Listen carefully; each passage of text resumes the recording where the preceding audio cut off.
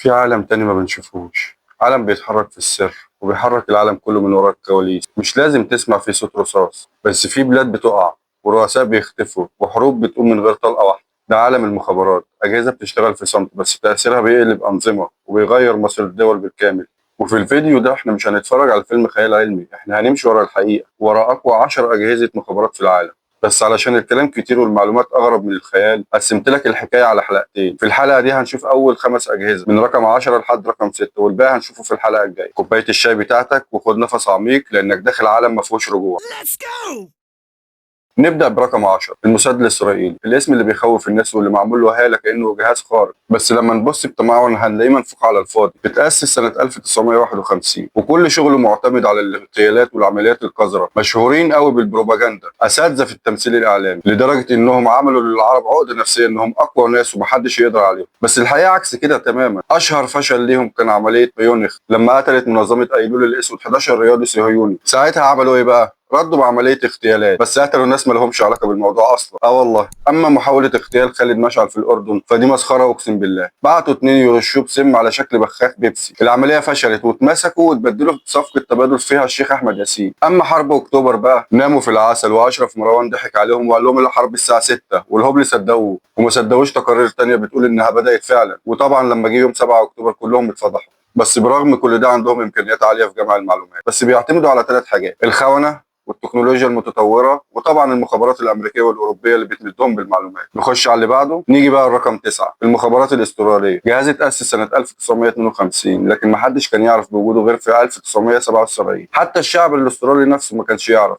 أو ربنا زي ما بقول لك كده. استراليا رغم إنها دولة مسالمة بس موقعها الجغرافي خلى أمريكا وأوروبا شايفينها حليف مهم في الجنوب، والصين وروسيا شايفينها تهديد محتمل. فعشان كده كان لازم يكون عندهم جهاز بيراقب كل اللي بيحصل على أرضهم ويكشف البلاوي اللي بتتلف في الخفا. نخش على رقم 8، المخابرات الفرنسية.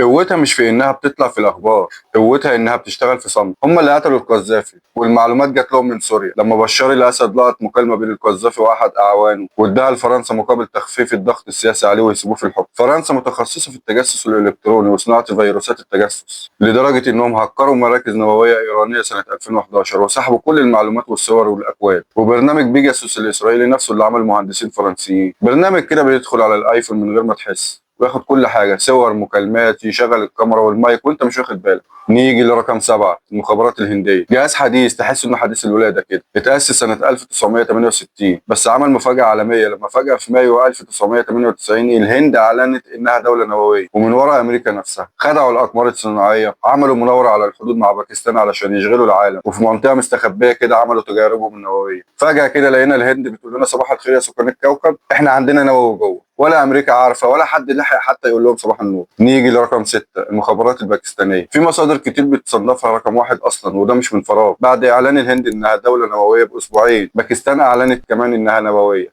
وده معناه انهم كانوا متابعين كل حاجه اصلا. بسبب العداوه المستمره مع الهند والصراعات في المنطقه لازم كان يبقى عندهم جهاز صح. والمفاجاه بقى ان رئيس جهازهم في التسعينات اعترف انهم كانوا عارفين مكان بن لادن وانه محبوس في مجمع ابوت اباد، وساعدوا الامريكان كمان يوصلوا له. الهند نفسها اعترفت بده وقالوا باكستان كانت شغاله بدقه شديده وبتلعب على مستويات عاليه جدا من الذكاء والمناوره. ودول كانوا اول 5 اجهزه مخابرات من ترتيب ال10 الاقوى في العالم، ولسه اللي جاي اقوى واغرب واخطر. في الحلقه الجايه ان شاء الله هنكمل من رقم 5 لحد رقم 1. هنعرف ازاي المانيا عامله جيش مخابرات في كل قاره، وازاي بريطانيا لسه بتلعب بنفس طرق الحرب البارده، وهنوصل لحد روسيا والصين وامريكا، وهنعرف ايه اللي مخليهم ملوك اللعبه دي. استنونا في الجزء الثاني لان لسه الحكايه ما خلصتش ولسه اللي جاي اقوى. وما تنساش تشترك في القناه. السلام عليكم.